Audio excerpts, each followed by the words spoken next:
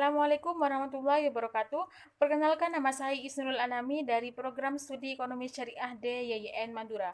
Video ini saya buat untuk memenuhi tugas mata kuliah Politik Ekonomi Islam yang diampu oleh Bapak Fakih Ali Syariati LC-MSI.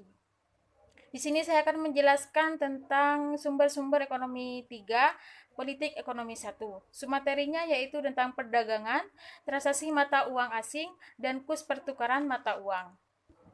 Yang pertama yaitu perdagangan.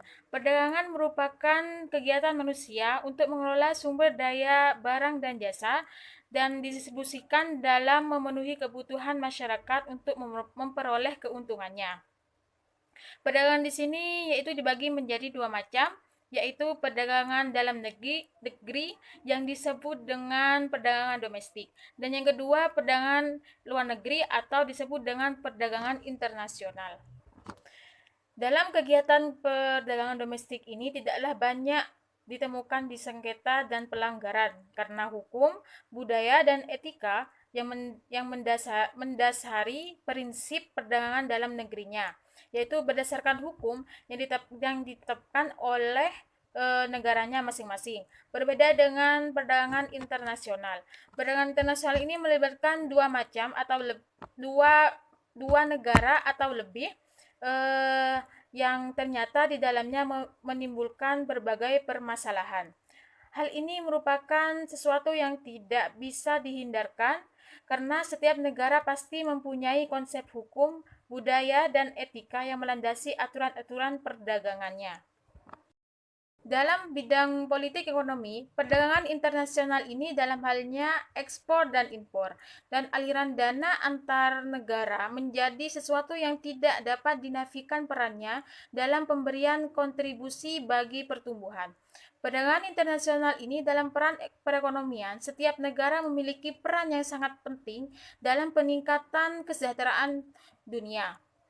Karena dapat diartikan bahwa tidak ada satu negara di dunia ini yang tidak melakukan perdagangan internasional. Oleh karena itu, perekonomian menyebabkan setiap negara berusaha mencapai surplus dalam neraca perdagangan internasionalnya. Jadi ini berarti makin besar surplus yang dicapai, maka semakin besar pula devisa yang masuk sehingga dapat menjadi sumber pemasukan kas negara yang pada akhirnya dapat digunakan untuk membiayai pembangunan. Salah satu teoritisi perdagangan nasionalis adalah Friedrich List yang mengemukakan tentang pentingnya campur tangan negara dalam aspek ekonomi. Keberhasilan ekonomi tidak mungkin dicapai tanpa adanya campur tangan secara politik. List mencontohkan pada negara Inggris yang justru berjaya karena menggunakan kekuatan politik untuk memajukan industri dan perdagangannya. Jadi, menurut List di sini, sebuah negara yang kuat hanya bisa dicapai melalui nasionalisme ekonomi dan perdagangan. Hal tersebut yang kemudian bisa ditempuh melalui berbagai cara ekspor dan pengenaan tarif tinggi atas barang impor. Disinilah negara sebagai institusi politik memiliki peran yang sangat penting. Dalam singkatnya, perekonomian tunduk pada komoditas politik, khususnya pemerintah. Pemerintah bertanggung jawab penuh untuk memajukan kepentingan nasional dengan cara apapun. Dan yang kedua yaitu transaksi mata uang. Mata uang adalah mata uang luar negeri seperti dolar Afrika, pound sterling Inggris, dan ringgit Malaysia, yaitu dan sebagainya. Apabila antara negara terjadi perdagangan internasional, maka tiap negara membutuhkan valuta asing untuk alat bayar luar negeri yang dalam dunia perdagangan disebut dengan devisa. Misalnya, seperti eksportir Indonesia akan memperoleh devisa dari hasil ekspornya. Sebaliknya, importir Indonesia memerlukan devisa untuk mengimpor dari luar negeri.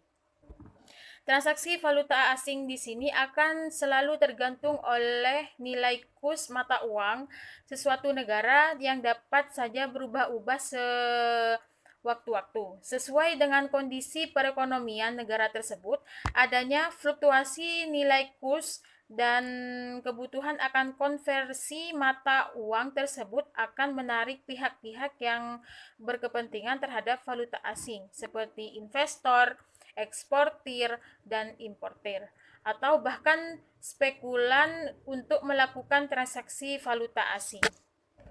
Dalam kemajuan ekonomi dan teknologi telah membawa perkembangan yang sangat pesat dalam globalisasi sistem perekonomian saat ini. Aktivitas transaksi perdagangan sudah berkembang dengan pesat, tidak hanya sebatas perdagangan dalam negeri, melainkan sudah menjadi perdagangan antar negara atau internasional yang saling melakukan aktivitas jual beli, ekspor, dan impor. Permasalahan yang muncul dalam perdagangan antara negara adalah bagaimana kedua negara mengadakan aktivitas transaksi jual beli, sedangkan mereka memiliki mata uang yang tentunya berbeda satu sama lain. Berdasarkan kaidah tersebut, maka dapat disimpulkan bahwa transaksi pertukaran atau jual beli mata uang atau valuta asing yaitu mubah. Apabila uang itu sejenis, maka dilakukan secara tunai dan tidak dilebihkan nilainya antara mata uang dan antara mata uang yang satu dengan mata uang yang akan dipertukarkan. Untuk mengatur dan menjaga agar setiap transaksi falas sesuai dengan prinsip-prinsip syariah, maka Dewan Syariah Nasional mengeluarkan fatwa yang memperbolehkan transaksi falas dengan ketentuan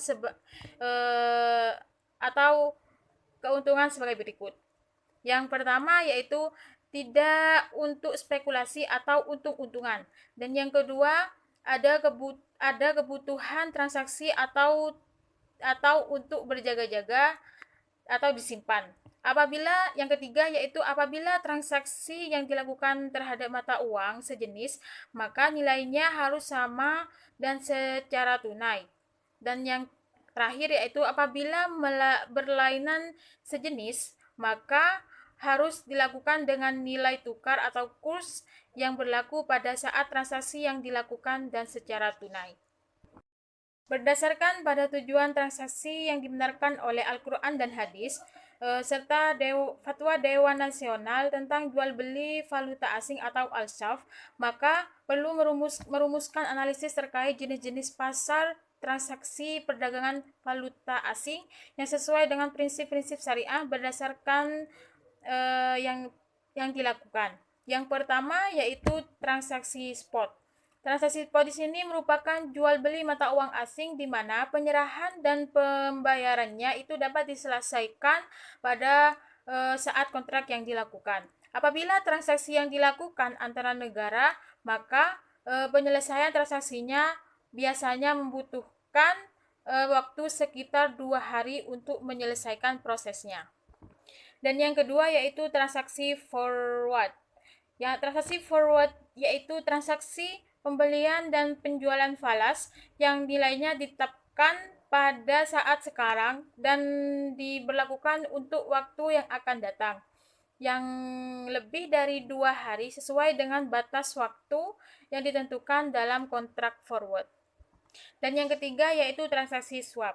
Transaksi swap di sini yaitu suatu kontrak pembelian atau penjualan falas dengan harga spot yang dikombinasikan dalam pembelian antara penjualan falas yang sama dengan harga forward.